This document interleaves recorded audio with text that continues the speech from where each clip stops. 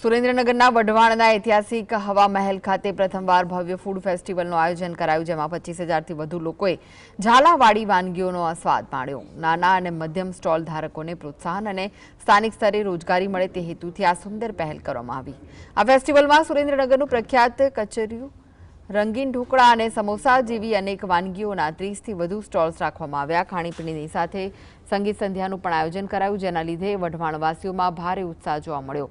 ઐતિહાસિક ધરોહર વચ્ચે યોજાયેલા કાર્યક્રમમાં જાણે માનવ મહેરામણ ઉમટી પડ્યું હોય તેવા દ્રશ્યો સર્જાયા હતા। ફૂડ ફેસ્ટિવલની મુલાકાત લીધી તથા અવનવી વાનગીઓનો ટેસ્ટ માણ્યો છે। લોકો દ્વારા ખૂબ સારો પ્રતિસાદ આપવામાં આવ્યો છે। 22થી વધુ અત્યારે આપણા સ્ટોલ કાર્યરત છે। તમામ સ્ટોલ ઉપર 5 લાખથી વધુનો વેપાર થયેલો છે। આવતીકાલે પણ આ પ્રોગ્રામ શરૂ રહેશે। આવતીકાલે 50,000થી વધુ લોકો મુલાકાત રહેશે એવો કેવી તક છે કે કોઈ મોટો ધંધો હોય તો આમાંથી નાનામાંથી કરી શકે। બીજા નંબરમાં કે લોકો ખૂબ ઉત્સાહથી ભાગ લે છે। પહેલો દિવસ આજ બીજો દિવસ છે, ખૂબ જ સારો વેપાર થાય છે અને હું તો તમામ અધિકારીઓને ખૂબ અભિનંદન આપું છું।